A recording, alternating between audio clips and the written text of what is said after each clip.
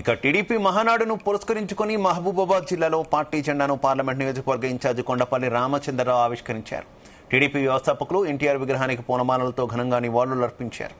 ఆంధ్రప్రదేశ్ రాజధాని అమరావతిలో నిర్వహిస్తున్న వేడుకలను వర్చువల్గా టీడీపీ శ్రేణులు వీక్షించారు.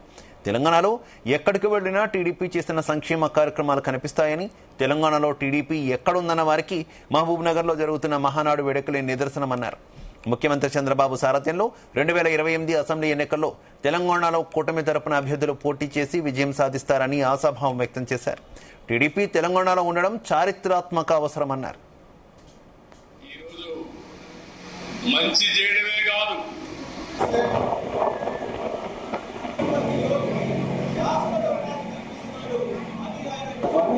తెలుగుదేశం పార్టీ మహానాడు నెల్లూరులో 27 నిర్వహించాల్సిన అవసరం ఉంటే నారా చంద్రబాబు నాయుడు గారు ఈ దేశంలో ఏ రాజకీయ పార్టీ చేయని విధంగా మహానాడుని అక్కడ మహానాడు నెల్లూరులో పెడితే పెద్ద ఎత్తున మరి అందరూ కదిలి రావాల్సి వస్తుంది. వాటికి ద్రవ్యోల్బణం ఎక్కువ ఉద్దేశంతో మరి వర్చువల్ విధానంతో దేశంలో మొట్టమొదటిసారి వర్చువల్ విధానం ద్వారా మహానాడు ఏర్పాటు చేయడం జరిగింది. ముఖ్యంగా ఇప్పుడు తెలంగాణలో మేము మహిబాద్ లో మరి ఇక్కడ ఉన్న చంద్రబాబు నాయుడు గారు అక్కడ లైవ్ లో మాట్లాడుతుంటే ఇక్కడ మేము స్క్రీన్ ద్వారా తెలుగుదేశం కార్యకర్తలు నాయకులు ఉత్సాహంగా బ్రహ్మాండంగా మరి ఇక్కడ వారి సందేశాన్ని వినడం జరుగుతుంది. తెలుగుదేశం పార్టీ విధానాలు దీనిలో మనం వినాల్సి వస్తుంది. మన దేశ రాజకీయ పరిస్థితుల్లో కూడా శాసించే తెలుగుదేశం పార్టీ ఎన్నో ఆర్థిక రాజకీయ తీర్మానాలు కూడా చేయడం జరిగింది.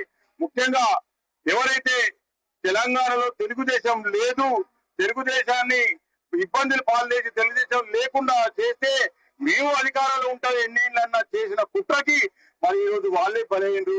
ఈ రోజు అధికారం కోల్పోయిండ్రు. మరి వాళ్ళే తెలుగుదేశం పార్టీ ఎప్పటికీ 20 సంవత్సరాల అధికారం లేకపోయినా చూడండి ఎంతమంది కార్యకర్తలు నాయకులు మరి ఈ రోజు తెలుగుదేశం పార్టీ ఒక్క పిలుపు చంద్రబాబు నాయుడు గారి పిలుపు మేరకు తెలంగాణలో తెలుగుదేశం పార్టీ అధికారం లేకున్నా కూడా ఈ రోజు స్వచ్ఛందంగా వచ్చి వారు చేసే కార్యక్రమాలు వింటారంటే తెలుగుదేశం అంటే ఎంత, పసుపు అంటే ఎంత అన్నది కూడా మరి ఈ రోజు కార్యకర్త బలంగా ఉన్నదని తెలియజేసుకున్నాం. ఈ రోజు తెలంగాణలో తెలుగుదేశం లేకుండా ఆంధ్ర పార్టీని ముద్దరేసి చేసినా కూడా కార్యకర్తలు మరి ఎన్ని అభివృద్ధి కార్యక్రమాలు దూరంగా ఉన్నా కూడా తెలుగుదేశం పార్టీ జెండాను కాపాడుకుంటున్నారు.